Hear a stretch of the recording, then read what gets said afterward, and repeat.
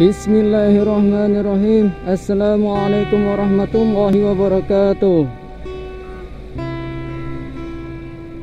Jumpa lagi di my YouTube channel Santri Motovlog. Seperti biasa, sebelum kita memulai perjalanan, mari alangkah lebih baiknya kita berdoa terlebih dahulu. Bismillahirrahmanirrahim. Bismillahirrahmanirrahim. La haula wala quwwata illa billahil aliyyil azim. Subhanalladzi sakhkhara lana hadza wa ma kunna lahu muqrinin wa inna ila rabbina lamunqalibun. Di motovlog kali ini saya akan sedikit bercerita tentang dilema menjadi seorang santri ya guys. Dimana dilema ini bukan hanya berdasarkan opini saya saja, akan tetapi ada beberapa teman bahkan saudara yang saya tanyai, yaitu yang dia juga merupakan seorang santri. Untuk siapa orangnya nanti saya akan cantumkan di dalam video dan deskripsinya.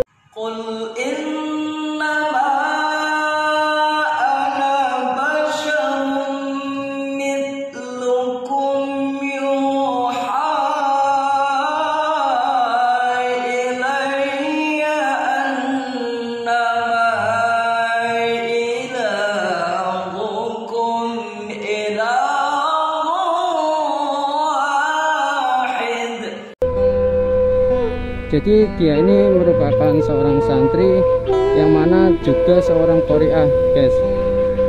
Dari semenjak di rumah bahkan ketika di pondok pesantren. Nah, dia ini sempat berpendapat pas kemarin saya sama dia ketemu itu, sempat berdiskusi bahwasanya ketika menjadi seorang santri ada beberapa hal yang menjadi dilema.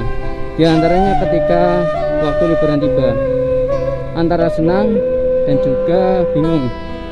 Nah, senang sendiri mungkin karena habis bukan dikekang sih ya, habis penuh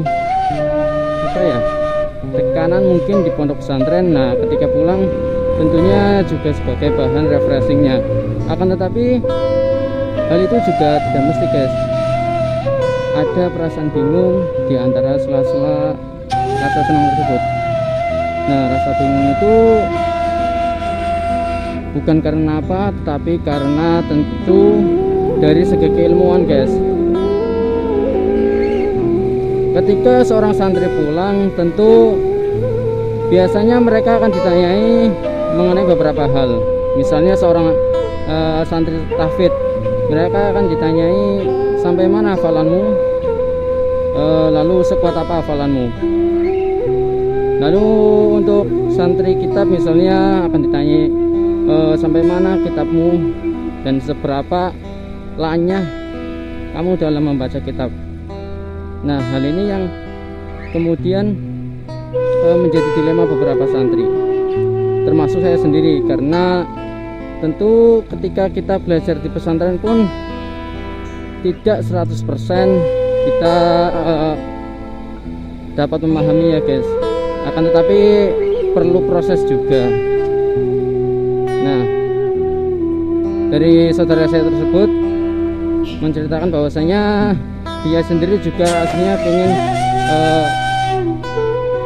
bukan keluar sih ya guys, maksudnya tidak hanya menetap di rumah saja, karena ketika dia di rumah tentu akan semakin banyak orang yang bertanya demikian, padahal dia sendiri juga sudah bermanfaat di masyarakat, yaitu sebagai seorang qori. Ya, walaupun demikian tentu masih ada rasa tersebut. Nah, definisi santri tersebut memang bagaimana gitu. Tentu definisi santri tersebut yaitu bukan hanya orang yang belajar di pondok pesantren saja ya guys, melainkan juga mereka yang dapat memahami sebagaimana seorang santri tersebut, baik berupa kitab, tahfidz dan lain sebagainya. Nah, juga bukan hanya memahami guys, tapi juga dapat mengamalkan, yaitu mengamalkannya di masyarakat. Ketika seorang santri tersebut dapat bermanfaat di masyarakat, tentunya juga akan menambah nilai plus bagi dirinya dan juga keluarganya. Nah, ini yang kemudian menjadi dilema bagi para santri, bagaimana saya dapat bermanfaat di masyarakat. Berkaitan dengan bermanfaat tentunya juga tidak hanya asal-asalan ya guys. Kita harus memiliki ilmu pengetahuan yang kuat guys, ilmu pengetahuan yang mumpuni. Nah, ilmu ini sendiri sangat luas guys, bahkan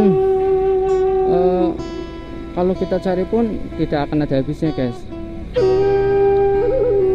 Nah, dari ilmu ini kita juga perlu untuk menghargai setiap ilmu yang kita dapat. Mengapa? Karena kalau tidak kita hargai, tentunya ilmu tersebut juga dapat dengan mudah hilang guys. Bahkan Sayyidina Ali pun juga pernah berkata bahwasanya beliau adalah butak atau hamba sahaya bagi orang yang mengajarinya, walaupun hanya satu hurufnya. Di sini memberarti pentingnya ilmu bagi kehidupan. Oke guys, kita lanjut. Nah, lalu bagaimana cara mengatasi dilema tersebut? Tentunya kita harus melihat segi permasalahannya. Ya, seperti tadi permasalahannya yaitu di keilmuan. Tentunya ketika kita ingin menjawab sebuah keilmuan tersebut, maka sudah layaknya kita juga untuk semakin memperdalam keilmuan tersebut, agar ketika kita ditanya oleh masyarakat, tentu kita juga tidak hanya asal-asalan ketika menjawab.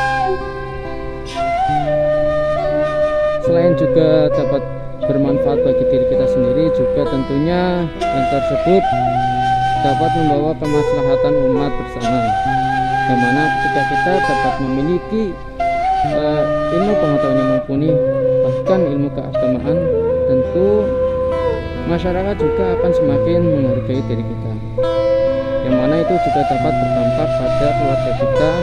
Semakin tingginya derajat keluarga kita, semakin tingginya derajat kita baik di masyarakat, dan semoga saja dapat semakin tinggi derajatnya di mata Allah Subhanahu wa Ta'ala.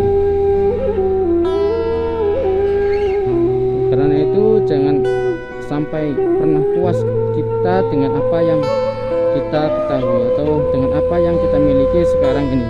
Teruslah belajar dan teruslah berjuang. Jangan pernah berhenti pada satu titik, tetap lanjut kepada titik-titik selanjutnya sehingga dapat membentuk sebuah gambaran atau sebuah tujuan yang ingin kita capai, baik itu di dunia maupun di akhirat kelak. Oke, demikian video dari saya, semoga bermanfaat. Billahi taufiq wal hidayah. Wassalamualaikum warahmatullahi wabarakatuh.